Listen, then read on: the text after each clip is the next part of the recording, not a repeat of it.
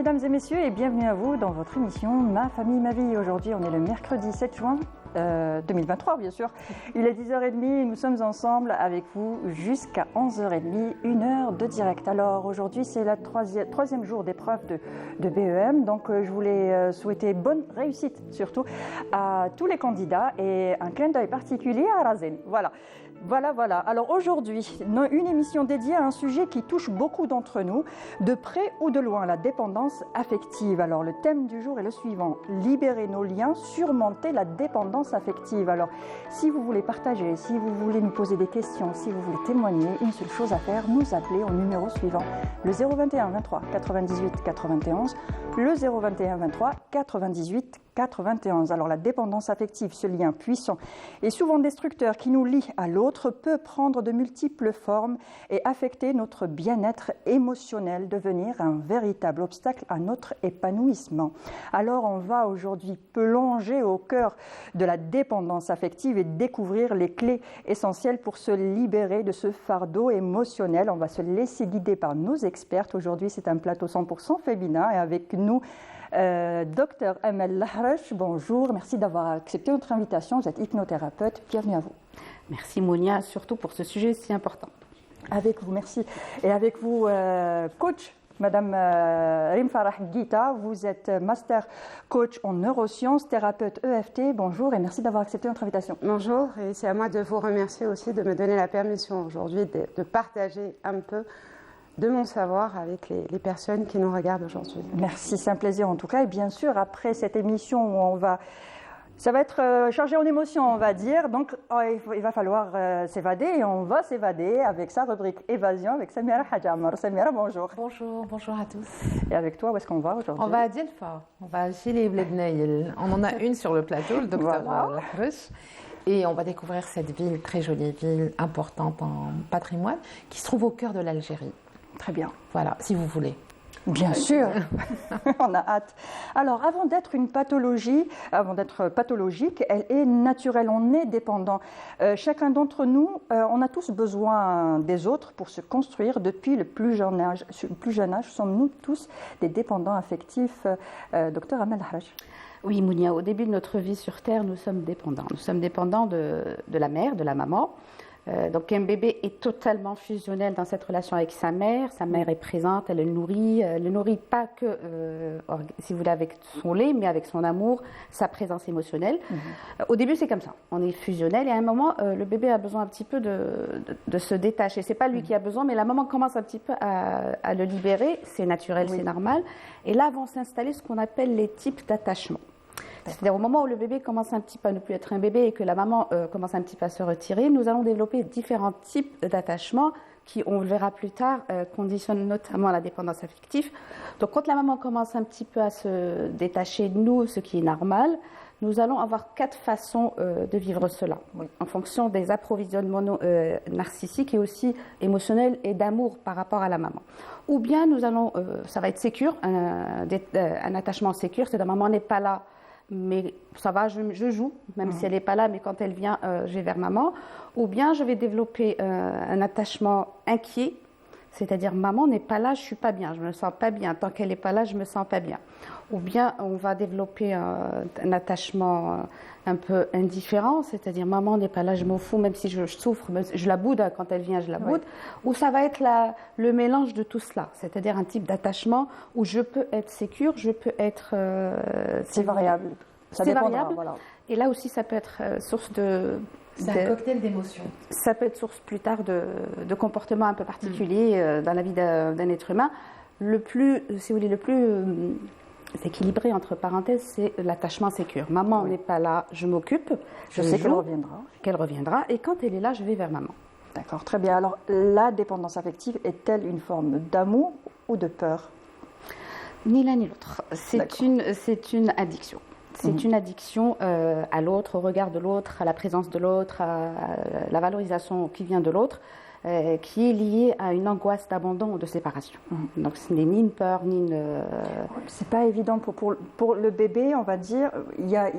Déjà à la naissance, le bébé, il a l'impression de faire corps avec sa mère. Oui. Le bébé ne sait pas qu'il est un être à part entière et que sa mère est un autre être à part entière. Il y a aussi la période qu'on appelle la phase de séparation où le bébé est tout le temps en train de pleurer parce que sa mère a juste changé de place, où elle n'est plus sur son champ de vision. C'est un peu compliqué pour la mère de savoir comment ne pas faire de son enfant un dépendant affectif d'elle. Alors au départ, on ne va pas parler de dépendance affective, c'est normal. Hein. Quand on est Oui. bébé, c'est tout à fait normal. Elle n'est pas là, la dépendance. Elle est naturelle, elle est physiologique. Donc ça ne commence pas à ce moment-là. Non, ça ne commence pas à ce moment-là, c'est après. C'est-à-dire quand la maman commence un petit peu à se retirer et que le bébé l'appelle en pleurant, par exemple, il pleure, il l'appelle, elle va venir peut-être. Ça dépend comment elle va le rassurer. Quand je dis maman Mounia, je ne voudrais surtout pas culpabiliser les mamans. Ça peut être toute figure rassurante pour l'enfant. Ça peut être le papa, la tata. Voilà.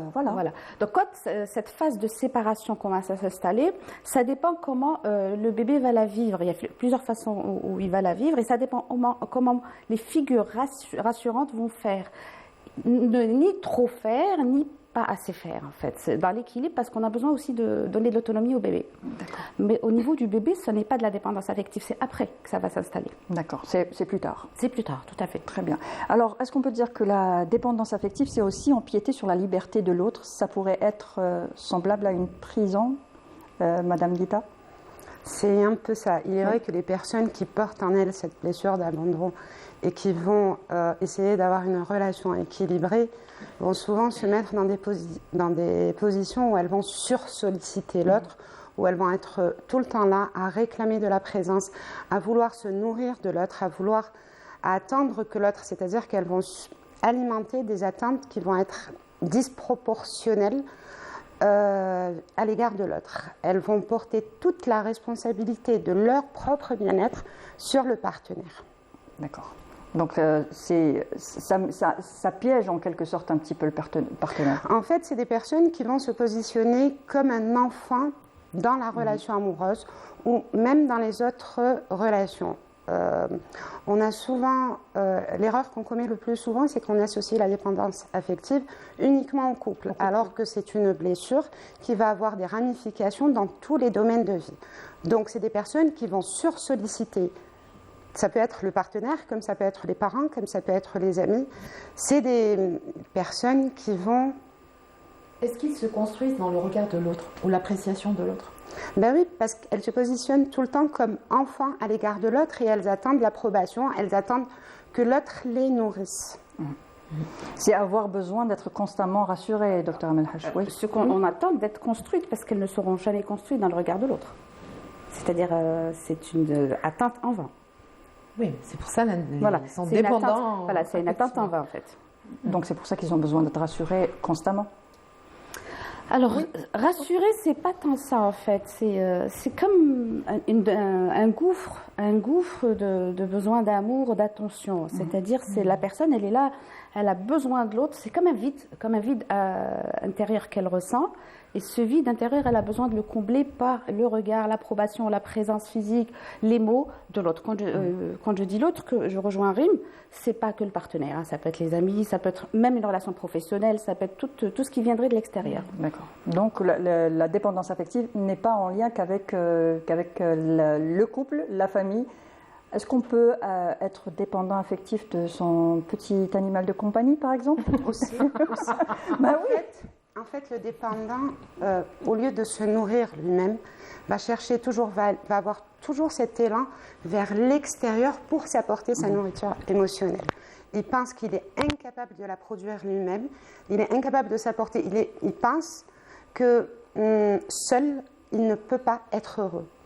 Et donc, il aura toujours besoin de l'autre pour pouvoir se sentir bien. Et ça n'a rien à voir avec la présence de l'autre, c'est-à-dire que l'autre aura beau le rassurer, il n'a pas encore compris que ses insécurités sont intrinsèques, c'est-à-dire que c'est sa responsabilité à lui de s'apporter sa propre sécurité affective. Comment on sait? Oui, voilà. Quelles sont les caractéristiques, justement, comment on sait et quelles sont les caractéristiques avec le degré, c'est comment on sait? En fait, c'est pas tout à fait un degré, c'est un mode de vie. En fait. Le ou la dépendante affective va avoir un certain comportement. Déjà, il y aura cette angoisse permanente, cette peur, ce manque d'estime de soi, cette anxiété permanente. Ça peut se répercuter aussi physiquement quand l'autre n'est pas là. Et puis ce gouffre, cette sensation de vide, c'est vraiment une sensation de vide intérieur. Et la personne a toujours besoin d'aller chercher à l'extérieur, essayer à l'extérieur de combler ce vide. Et c'est permanent, c'est constant. Après, ce sont des personnes aussi qui vont se retrouver régulièrement dans des relations toxiques ou des relations conflictuelles avec leur entourage. Elles cherchent justement ce genre de relation? Pas tout à fait, c'est pas qu'elles le cherchent, c'est pas quelque chose de conscient, hein, la dépendance affective, c'est inconscient. C'est-à-dire, vu le comportement et ce manque, la personne va se trouver dans des relations toxiques. Je vous donne un exemple. On va imaginer qu'une personne, un homme ou une femme est avec quelqu'un et qu'il ou elle est dépendant affectif. Il va tellement demander à l'autre que finalement ça va devenir toxique. Dans quel sens? C'est que je pourrais me soumettre à l'autre pourvu qu'il me nourrisse. Je pourrais disparaître. Donc, carrément. Une bonne proie pour un pervers narcissique, par exemple. Alors, le sujet du pervers narcissique, je préfère ne pas en parler parce que moi, je parlerai plutôt de comportement pervers narcissique, mais je ne qualifierai jamais un être humain, une âme, de pervers narcissique. On parlerait plutôt de comportement. Oui, pour une personne qui a un comportement pervers narcissique, le dépendant affectif peut être en couple. Et ce n'est pas une proie, c'est les deux, si vous voulez, se retrouvent. Voilà. L'un est le miroir de l'autre. C'est-à-dire, il n'y a pas de... C'est pas la personne qui a un comportement pervers narcissique qui va chercher... l'autre aussi, la victime aussi cherche son bourreau, si vous voulez, en quelque sorte. Ils se cherchent mutuellement. C'est un compromis, pas du tout... c'est pas du tout simple, mais c'est un compromis entre les deux, quelque part inconsciemment. Ça commence à quel âge, justement, la dépendance affective ? Ça pourrait commencer à quel âge? À partir de l'adolescence. Hein. En fait, on commence un petit peu quand grand enfant, ça commence, l'adolescence, et ça va après jusqu'à la fin si on ne prend pas en charge. D'accord. Donc, on sait très bien que la période de l'adolescence est une période un petit peu charnière, un petit peu compliquée pour les adolescents et pour les parents aussi. C'est pas évident pour les deux. Donc, ça pourrait, il faut faire attention à ce genre de choses, communiquer avec ses enfants pour essayer de détecter cela dans son enfant, mais comment savoir que son enfant est peut-être en train de développer une dépendance affective? C'est le comportement, Mounia. C'est le comportement de l'enfant. Bon, après, l'adolescence, c'est une période un peu particulière. On a besoin d'amis, ces amitiés éternelles.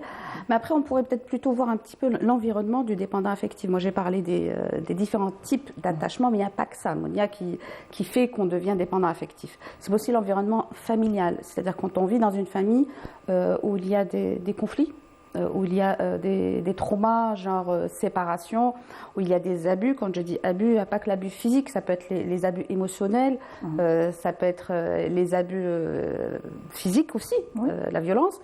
Et il y a aussi d'autres situations dans lesquelles on peut devenir dépendant affectif. Ça peut faire suite à un deuil pathologique. On n'arrive pas à faire le deuil de quelqu'un.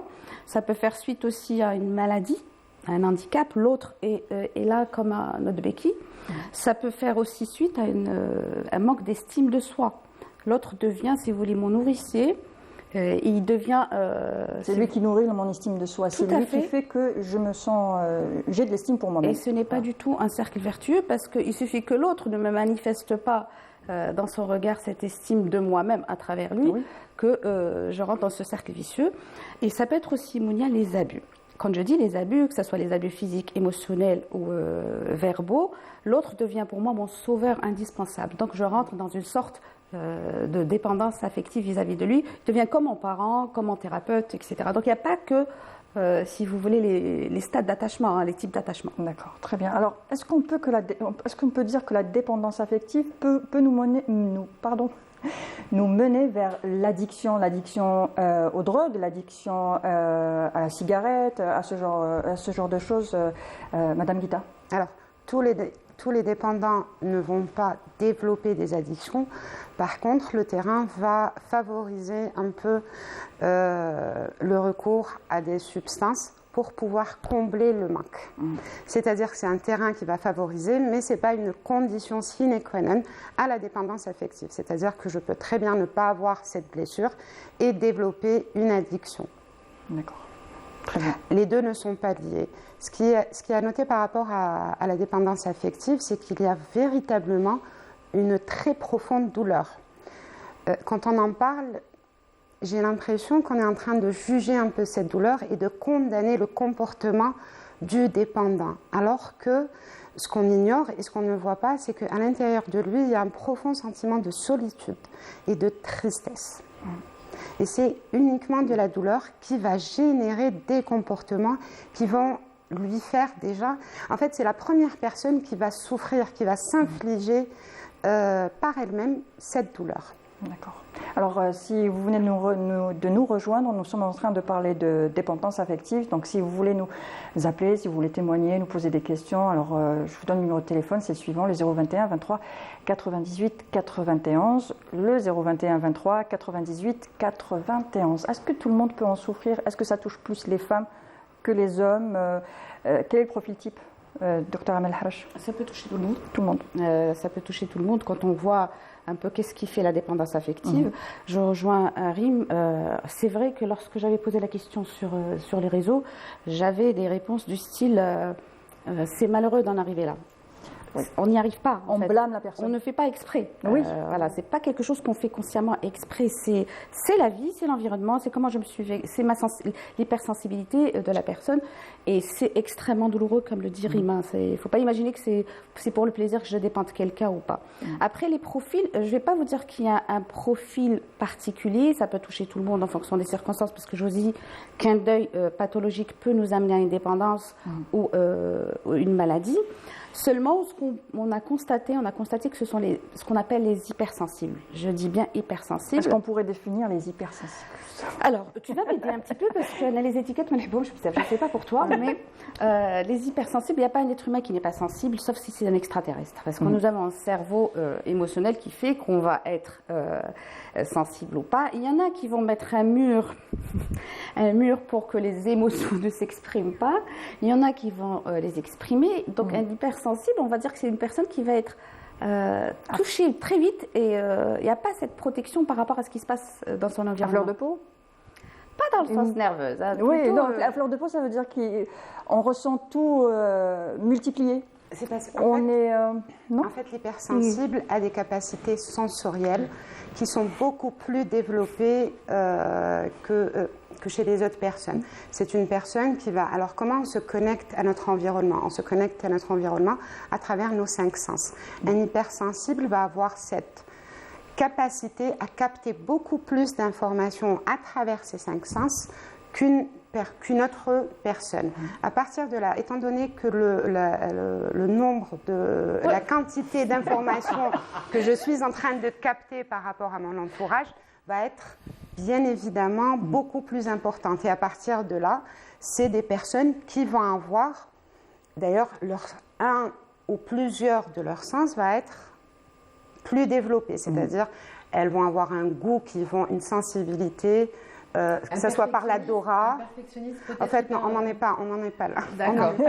Et donc, c'est des personnes qui vont être très sensibles à l'environnement. C'est des personnes qui, par exemple, vont avoir besoin d'obscurité, de moins de stimuli. Et étant donné que de stimuli extérieurs, étant donné que la quantité d'informations qu'elles captent est beaucoup plus importante, donc il est normal que la quantité d'émotions qu'elles ressentent va être proportionnelle à la quantité d'informations que leur cerveau est en train de traiter à la minute. Et à partir de là, il est tout à fait normal que cette sensibilité soit un peu exacerbée. C'est un fonctionnement, c'est pas une maladie. Quand on est hypersensible, on l'est à vie. D'accord. Ça donne des capacités qui sont assez intéressantes. De dire à vie, les choses peuvent changer. Une personne non, peut c'est faire un une thérapie. C'est un fonctionnement. Est-ce que vous pourriez changer la couleur de vos yeux, par exemple? En mettant des lentilles. Maintenant, il y a des techniques qu'on peut injecter dans la rétine. Là, effectivement, l'hypersensible, étant donné qu'il reçoit une quantité importante d'informations, va développer des mécanismes de protection.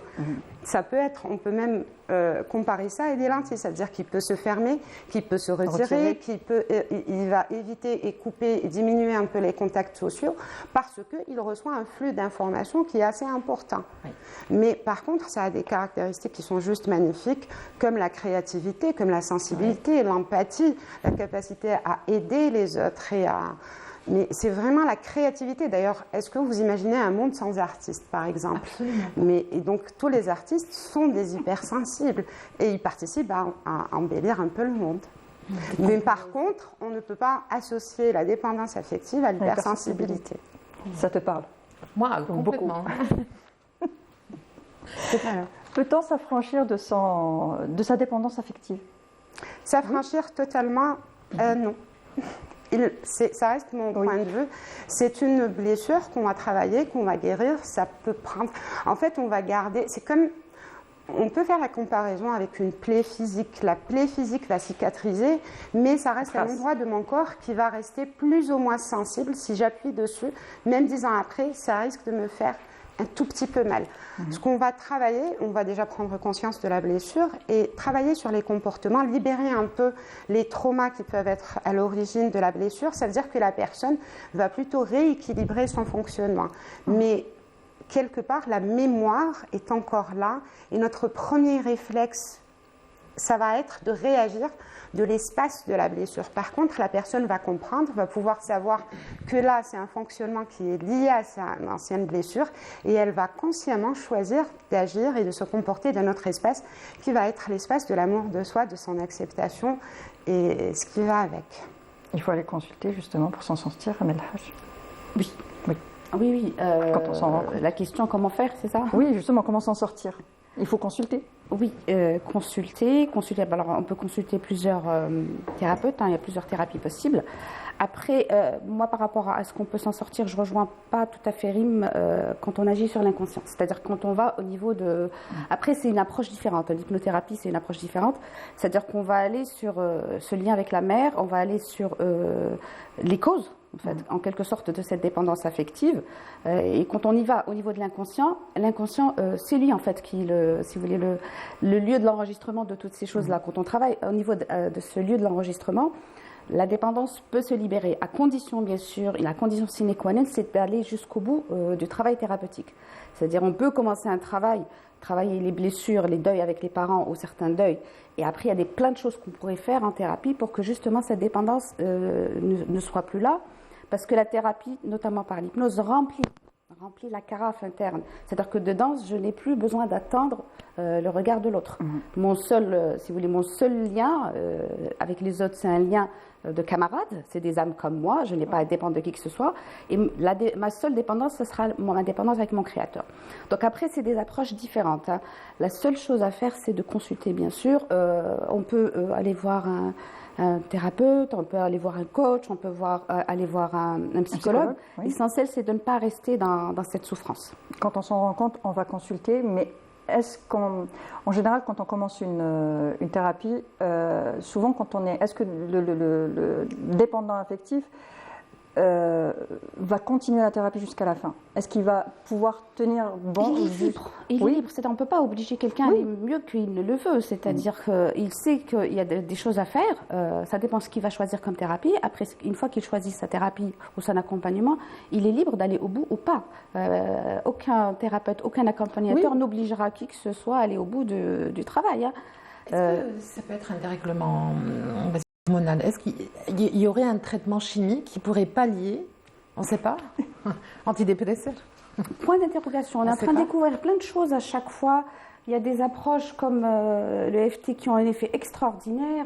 On est en train de découvrir plein de choses sur ce domaine. Alors, tous les jours, le EFT, je laisse m'en parler parce que je me Alors, le EFT, donc l'abréviation Emotional Technique, c'est une technique américaine qui est inspirée de la médecine chinoise. Donc, elle fait partie de la famille de la psychologie énergétique. Donc, c'est une thérapie qui va travailler non seulement sur le corps, l'énergie, la psychologie, donc l'émotionnel, et le mental. Donc c'est une thérapie qui va permettre, donc elle a plusieurs préconisations, notamment dans la dépendance affective, ça donne d'excellents résultats. Pourquoi? Parce qu'en général, il y a un trauma derrière. Maintenant, ça peut être un trauma complexe ou un trauma simple, mais en fait, comme les traumas sont stockés au niveau du corps, ça va permettre de libérer tous les traumas qui ont été, toute la charge émotionnelle qui reste bloquée et qui est liée au trauma qui a généré cette blessure.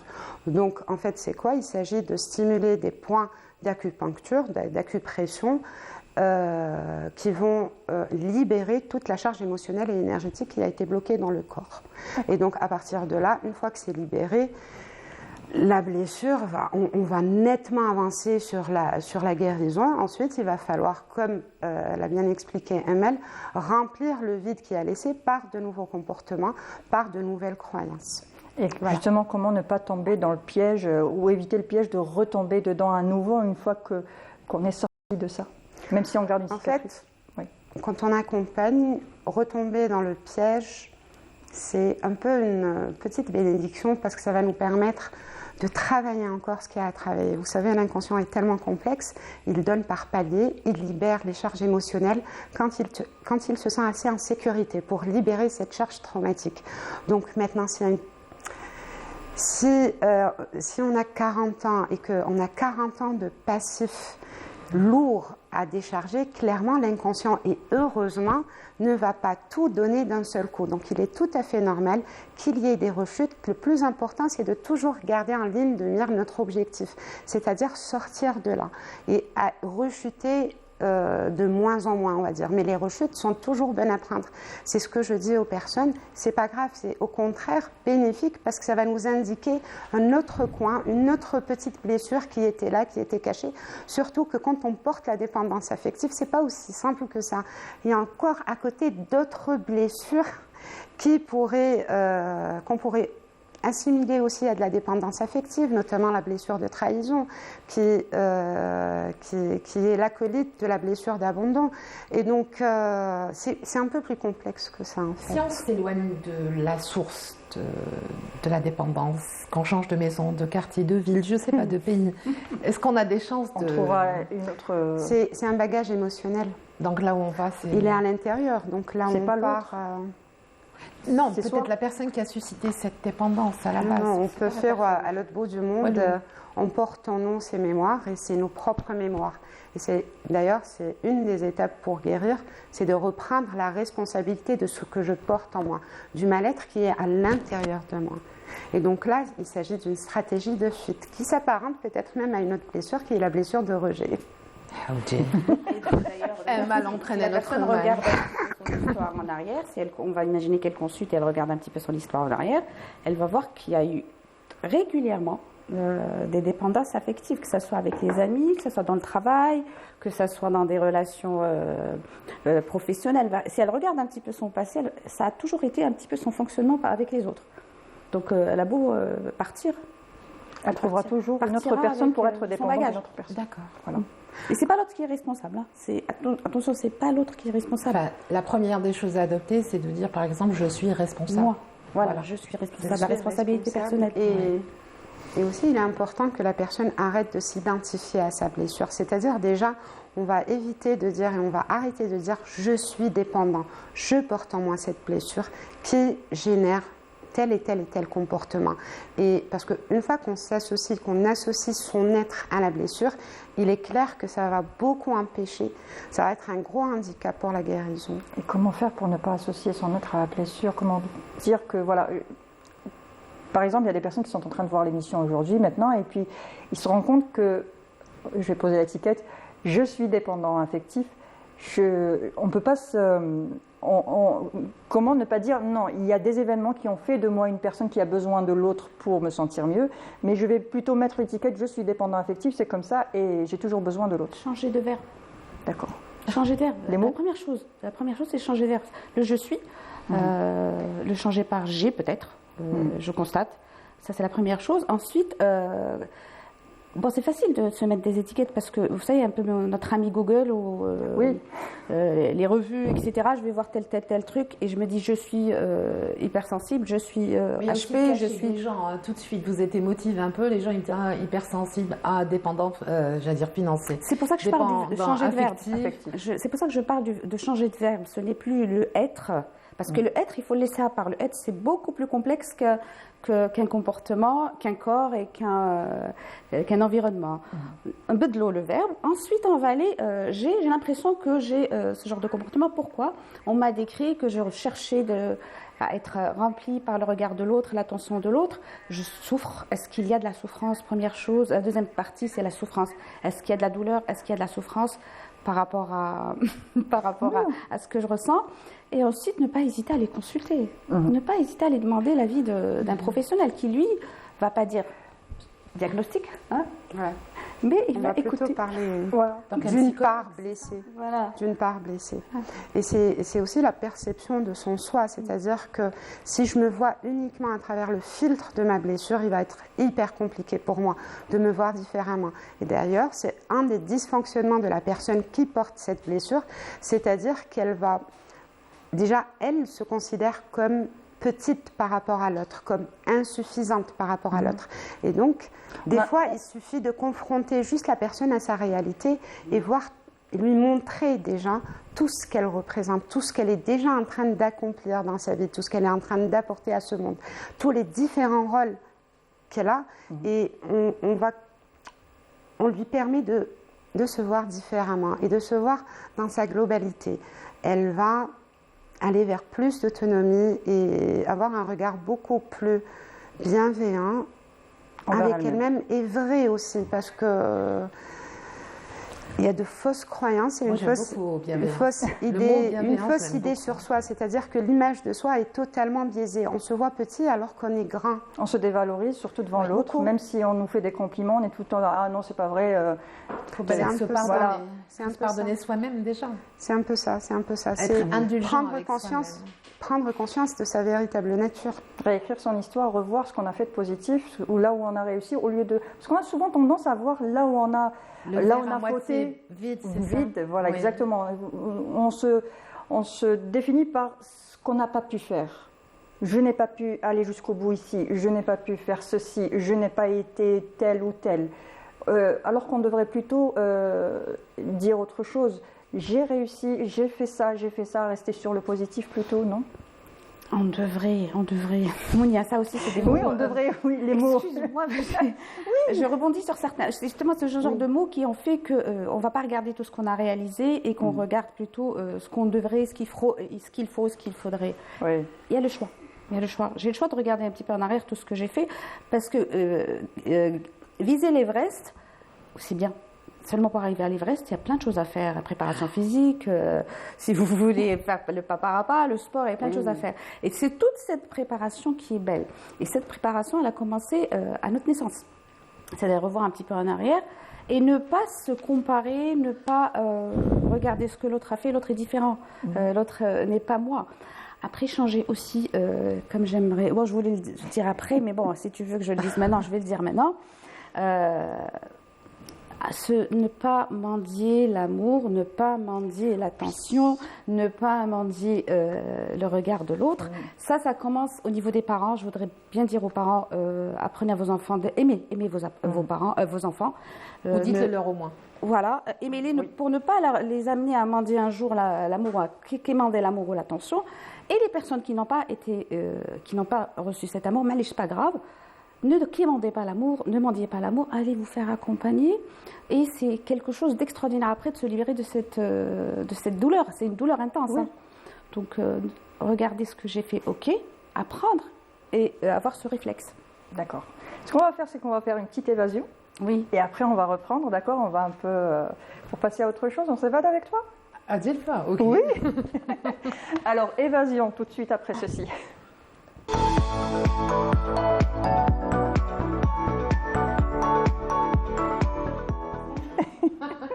Alors, Djelfa, on connaît, c'est pas très loin. Tu voulais dire quelque chose? pas du tout. Pas du tout. Donc Djelfa, c'est pas très loin d'Alger. Vous êtes allé au moins une fois, vous, je suis sûre, docteur Larouche. C'est à 300 km, au moins une fois, chez les grands-parents peut-être. Voilà, donc c'est à 300 km d'Alger, c'est considéré le centre, comme le centre de l'Algérie, le cœur de l'Algérie, au sud d'Alger.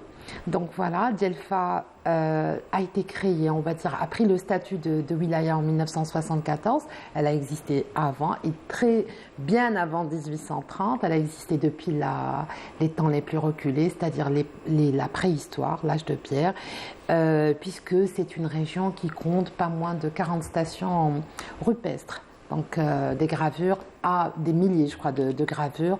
Elles sont magnifiques. Je ne sais pas si on peut les voir. Oui. Hajar les a. Voilà. Images, oui. Oui, donc ça c'est beau déjà. Il y a de l'eau entre. Alors, on est au pied de l'Atlas saharien. L'Atlas saharien algérien traverse à peu près 7 wilayas. Il y a Djelfa, il y a l'Arwat, il y a le Beyyid. Enfin, il y a 7 wilayas qui sont traversés. C'est une ceinture. Il y a aussi une ceinture, on va dire forestière, qui enlace Djelfa et qui fait que Djelfa a un microclimat.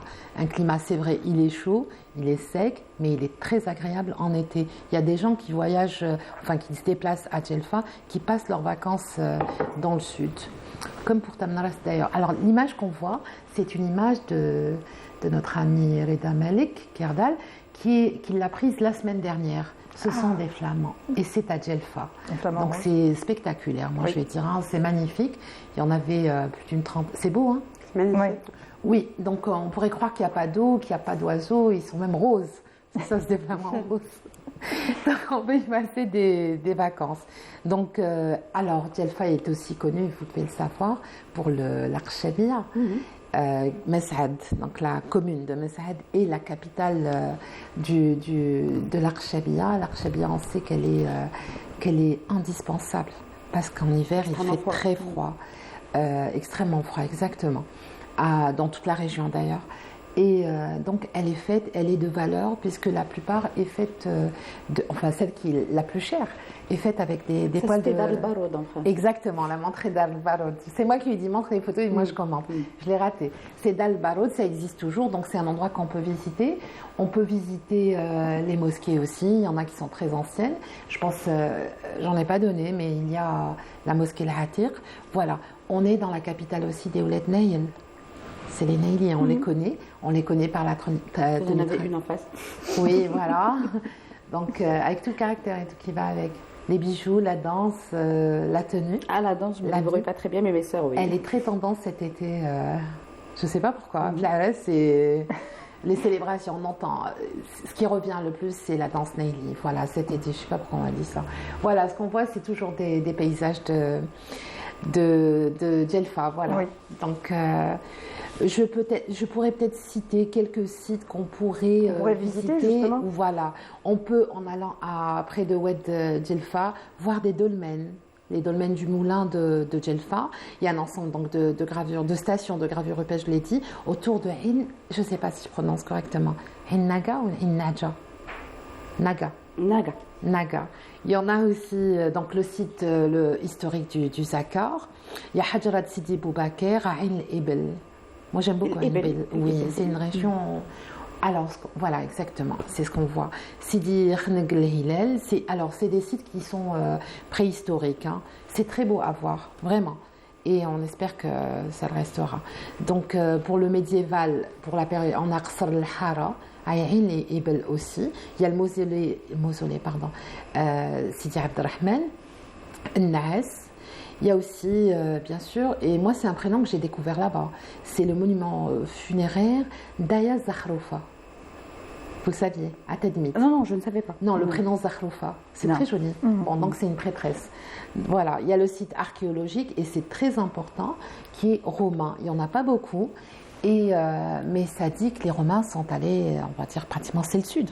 Donc ils ont poussé, alors que les Romains en général s'installent près des côtes, comme les Phéniciens, les peuples de la mer. Ils s'installent plutôt vers le nord. Là où il y a la mer, ils rentrent dans les terres où ils peuvent cultiver et trouver de l'eau. Et là, ils ont poussé jusqu'au sud. Voilà. Djelfa n'est pas très loin Elle est bordée par Médéa, mais aussi elle n'est pas très loin, vraiment pas très loin de l'Arwat. La route est magnifique. Elle est tout droit. Tout droit. Et tout à fait, avec des paysages magnifiques. Il faut arrêter de s'arrêter à Djelfa seulement pour manger. Il y a beaucoup de choses à découvrir là-bas. Parce que Nez et ils continuent la route. Donc Djelfa mérite. Et d'ailleurs, récemment, il y a un plan pour une réorganisation, un réaménagement de la ville qui a été voté. Et normalement, elle va être encore plus magnifique. Voilà. Donc il faut essayer de passer ses vacances ces vacances d'été. Je sais que c'est bizarre, que les gens ont tendance à aller plutôt vers les côtes. Les côtes, la mer, la plage, la montagne parfois, mais il y a aussi le désert. Et par exemple, il est très agréable de passer ses vacances au mois d'août.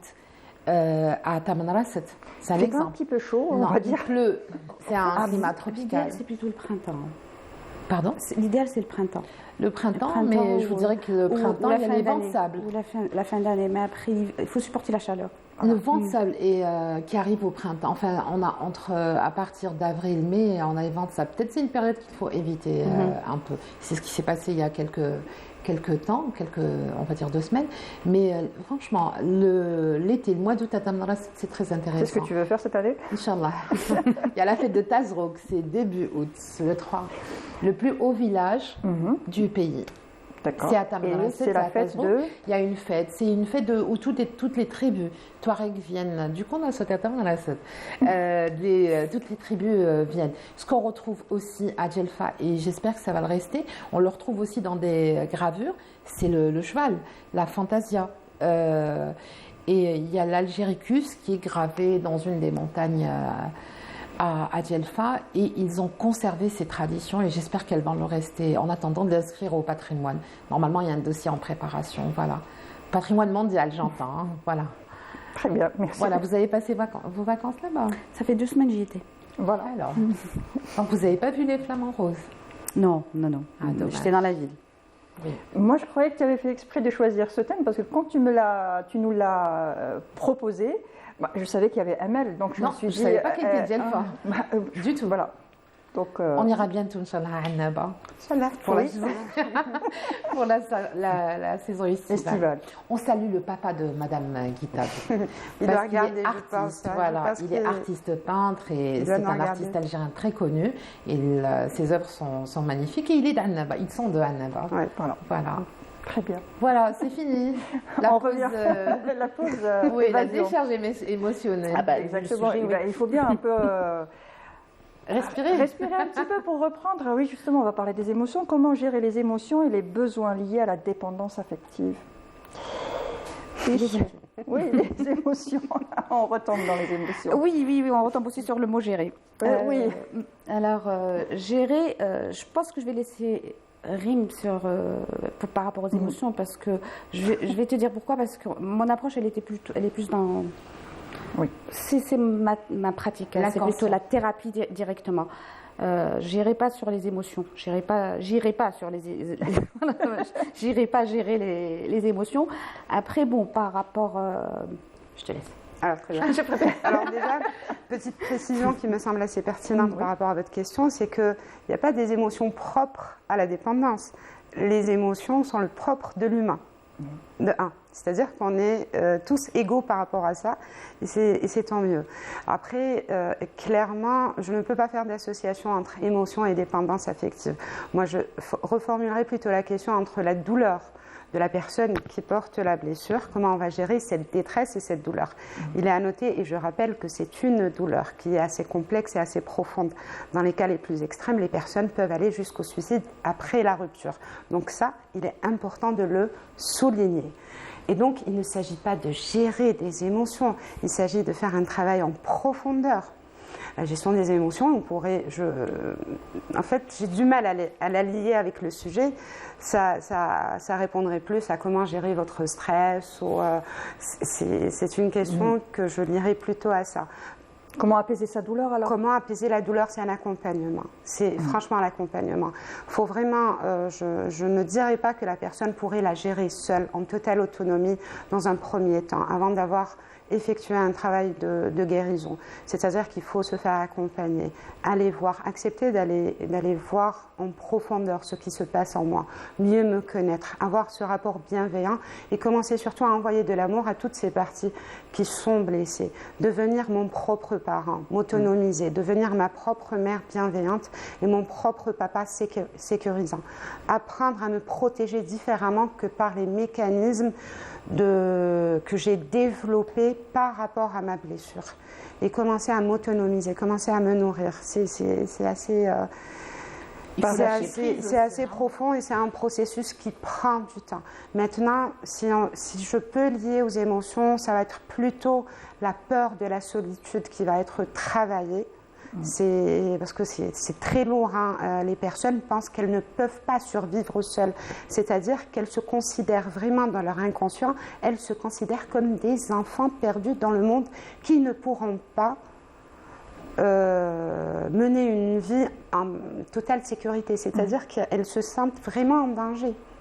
Et donc, je dirais qu'on va plutôt travailler la peur de la solitude, libérer de plus en plus en s'apportant cette sécurité et éventuellement aussi, pas éventuellement, la tristesse, c'est-à-dire la tristesse qui a été liée à des événements liés aux traumas qui ont généré cette blessure. Voilà. Je vais peut-être poser une question, je dirais pas bête, mais bon aussi. Est-ce que l'entourage peut aider la personne dépendante affective? Est-ce que lui ouvrir déjà les yeux pour lui dire que peut-être que tu as ce comportement-là. Je n'ai pas dit que tu l'es, j'ai dit tu as ce comportement. J'essaye un peu de... Peut-être ouvrir les yeux de la personne, mais après, tant qu'elle n'a pas pris conscience elle-même de ce qui se passe, c'est pas évident. C'est pas évident pour elle, c'est un mode de fonctionnement, c'est comme ça tant qu'il y a... Parce qu'en fait, on pourrait dire que la douleur va aller en quelque sorte crescendo. Quand il y a une personne de la dépendance affective, ça va aller crescendo en fonction de l'âge et des expériences. C'est-à-dire plus elle va vivre d'expérience, plus la douleur sera là jusqu'au moment où ça devient tellement insupportable qu'elle va décider de se prendre en charge et qu'elle prendra conscience de ce qui se passe. L'entourage, Mounia, ça dépend comment l'entourage va faire. Est-ce que c'est laisse-le tomber ou laisse tomber ce truc ou tu vaux mieux que ça, ou il y a des paroles en fait où c'est que dans ta tête, parce qu'en fait quand on a ça, il n'y a pas que la tête, il y a aussi le corps qui va réagir. Oui. Donc ça dépend comment l'entourage va intervenir. Si c'est pour écouter et permettre à la personne d'aller se faire accompagner par un professionnel, parce qu'un professionnel sait ce qu'il a à faire, il aura ce regard objectif, ce détachement par rapport à ce qui se passe. L'entourage va peut-être s'impliquer ou être impliqué dans ce qui se passe. Donc oui, délicatement. Oui, tout en poussant la personne à se responsabiliser elle-même. D'accord, alors nous avons un appel. Nous avons Zahia avec nous. Bonjour Zahia. Bonjour. Ça va, vous allez bien? Ça va, merci. Alhamdoulilah, alors allez-y, vous avez une question à nous poser? Oui, le sujet m'intéresse aujourd'hui. Et ma question, c'est surtout les parents qui vont devenir solitaires, une maman solitaire ou un papa solitaire après le départ de leurs enfants. D'accord. Voilà, c'est le problème qui se pose actuellement. Oui. Donc, moi-même, je vis cette situation. Après le départ des enfants, je suis seule. Là, voilà, et la dépendance affective, elle y est toujours. C'est normal, c'est les enfants. Et de nos enfants, oui. Nos enfants sont partis, ils ont leur vie, et voilà, ils sont loin ou ils sont près, mais ils viennent rarement, et depuis de fête en fête, et voilà. D'accord, merci Zahia. Alors, restez avec nous, regardez la suite. Nous, oui, bien sûr. Merci. On va répondre à votre question. Merci encore Zahia. On en a fait aussi un sujet récemment, le syndrome du nid vide. Oui. Le syndrome du nid vide, en fait, Zahia, on en avait parlé, en fait, les parents se retrouvent à un moment, en quelque sorte, voyant leur petit cuicui s'envoler. Prendre leur envol. Et c'est tout à fait normal. C'est tout à fait normal. Après, c'est pas forcément lié à la dépendance affective. Hein. C'est pas une condition sine qua non. La dépendance affective, c'est tout un tableau. Il y a beaucoup de souffrance. C'est pas le manque. Il y a le vide chez moi. Mes enfants sont partis. Ma vie n'a plus de sens. La dépendance, c'est un peu plus fort que ça. La RIM l'a assez dit. La personne qui souffre de dépendance affective, c'est comme un petit enfant qui est toujours là à la recherche de. Est-ce qu'on peut devenir dépendant affectif de son enfant s'il y a eu, par exemple, un divorce, un divorce, un deuil, un deuil pathologique, c'est-à-dire mon enfant s'en va et je passe des années et des années à ne pas faire le deuil de la situation. C'est possible. C'est-à-dire si le deuil devient pathologique, j'arrive pas à l'acceptation par rapport à ça, c'est possible. Mais c'est pas systématique, c'est pas parce que les enfants partent que les parents vont avoir de la dépendance affective. D'accord. Les origines, la plupart les origines les plus fréquentes de la dépendance affective, c'est l'enfance. Généralement, c'est l'enfance. Après, il y a tout ce qu'on avait vu ensemble, les deuils ou les traumas, etc. Mais généralement, c'est l'enfance. C'est-à-dire que ça existe déjà. D'accord. Il y a déjà la graine a été semée pendant l'enfance et peut-être qu'avec un événement, un deuil, ça se développe. C'est ça. Ça se redéclenche. Ça se réactive. Voilà. C'est une mémoire. En fait, quand on porte la blessure, on n'est pas tout le temps dépendant. Il va y avoir des expériences où la personne va anticiper ou va penser ou va croire que la personne qui est en face d'elle, ça peut être son enfant, son conjoint, son responsable, son ami, potentiellement va l'abandonner et la laisser seule. À partir de là, la menace, le danger, l'abandon, la séparation, en fait, c'est des personnes qui sont survigilantes par rapport à ça. Et si l'expérience arrive, par exemple, je ne peux pas venir te voir ou je n'ai pas le temps, je n'ai pas assez de temps à te consacrer, là, la blessure est réactivée. Et là, les comportements vont venir. Ça veut dire que les comportements de cette blessure ne sont pas tout le temps là. C'est quand la blessure est réactivée, c'est comme si on avait une blessure là, qu'on avait mis un pansement, et mon entourage va venir appuyer, et c'est à partir de là que je vais sursauter. Le sursaut, c'est les comportements parce que j'ai mal. D'accord. Et je suis en mode protection. D'accord. Est-ce qu'on peut dire que, la dernière question, du coup, la dépendance affective, est-elle une faiblesse ou une force? Plutôt une faiblesse? Une force? Elle peut devenir une force. Une fois qu'on la prend en charge, une fois qu'on se rend compte, une fois qu'on remplit ce qu'il y a à remplir dedans, ça peut devenir une force parce qu'on passe de dépendre de quelqu'un, de quelque chose, à être rempli. Et il n'y a plus ce besoin de dépendre de quoi que ce soit. C'est-à-dire l'autre n'est pas mon Dieu, la chose n'est pas mon Dieu, l'événement, le travail n'est pas mon Dieu. J'ai un seul, je parle symboliquement, un seul Dieu, c'est mon lien avec la vie, avec la création, avec l'univers, mais ce n'est pas par rapport aux événements de ma vie. Oui, ça peut devenir une force lorsqu'on...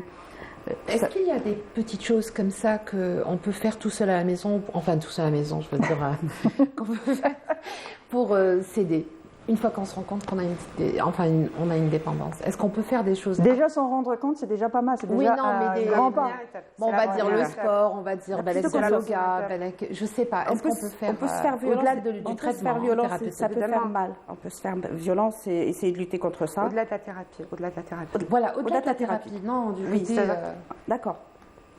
C'est-à-dire que la personne se fait accompagner. Qu'est-ce qu'elle peut faire à côté? Voilà, à côté. C'est ça. Des petites choses qu'on peut faire qui peuvent. Ça va. Revenir à soi, en fait. Revenir toujours à respiration. Ça peut être, en fait, toutes ces techniques, outils et exercices, ça va venir aider, bien évidemment. Mais vu que la personne va aller vers plus d'autonomie, bien évidemment, donc elle va devenir sa propre source de bien-être. Donc, et pour devenir sa propre source de bien-être, il est évident qu'elle va développer de nouvelles habitudes qui vont être beaucoup plus constructives, positives et pour elle.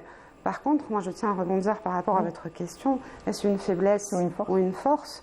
Mon Dieu, moi je vois que la question porte beaucoup de jugement. Oui. C'est une blessure. On ne peut pas dire à une personne, surtout qu'on sait que la blessure elle a été subie quand on était bébé. On ne peut pas dire à l'adulte, tu portes une faiblesse. Moi je dirais que la blessure, c'est la faille. c'est une brèche par laquelle la lumière va passer. Et à un certain moment, il va falloir accepter que l'être humain est ambivalent, que nous portons de la lumière, mais que nous portons aussi des blessures, et que ces blessures font partie aussi de notre beauté, de notre humanité. Donc il ne s'agit en rien d'une faiblesse, au contraire, c'est quelque chose, j'ai en moi quelque chose, je porte, et je vais mettre du miel sur cette blessure. C'est tout sauf tous les jours. C'est tout sauf, mais c'est tout sauf une faiblesse, c'est-à-dire que c'est quelque chose, c'est comme si que je voyais une personne. Alors, imaginez que, allez, vous rencontrez une personne et cette personne a une cicatrice. Est-ce que votre premier réflexe, ça sera de lui dire que la cicatrice l'a mochi? C'est exactement la même chose. Mais ça ne va pas empêcher les gens de la regarder tous les jours. Moi, je trouve que la personne est peut-être même beaucoup plus jolie qu'une autre personne. Elle est différente. Justement, dans le sens où c'est une force quand on s'en sort, en quelque sorte, même si on garde la cicatrice, ça fait une force parce que on sait qu'on y est quand on rechute. En fait, voilà. On a les signes. Je ne suis pas adepte de la force ni de la faiblesse. Je suis adepte de l'ambivalence de l'être humain. C'est que il me semble qu'il est bien de développer un peu plus cette voie, c'est-à-dire que je peux être faible et je peux être fort, et que j'ai le droit d'être dans les deux, dépendamment des périodes de vie que je traverse, dépendamment des expériences. Et j'invite les personnes à se permettre et à sortir un peu de ces anciens paradigmes qui prônent la force. Je dirais plutôt qu'on a tous le droit d'être faible et d'être fort, et qu'on est tous ambivalents. Voilà. Et c'est ce qui fait la beauté de l'être humain, au final. Sur ces mots se termine cette émission, parce qu'il n'y a plus rien d'autre à dire. Voilà. Merci beaucoup, mesdames. Merci, Dr Amel Lahache, vous êtes hypnothérapeute. Merci pour ce partage. Madame Rim Farah Gita, vous êtes master coach en neurosciences et thérapeute EFT. Merci encore pour tout ce partage. Merci à vous. Samira, merci pour ce voyage. Merci à tous. Vraiment, c'était très émotionnel. Ça se dit, il y a eu beaucoup d'émotions. Super, merci. Et puis, je vous dis bon week-end. On se retrouve lundi prochain à 10h30 sur Canal Algérie, comme d'habitude, en direct, bien sûr. Prenez soin de vous. Au revoir.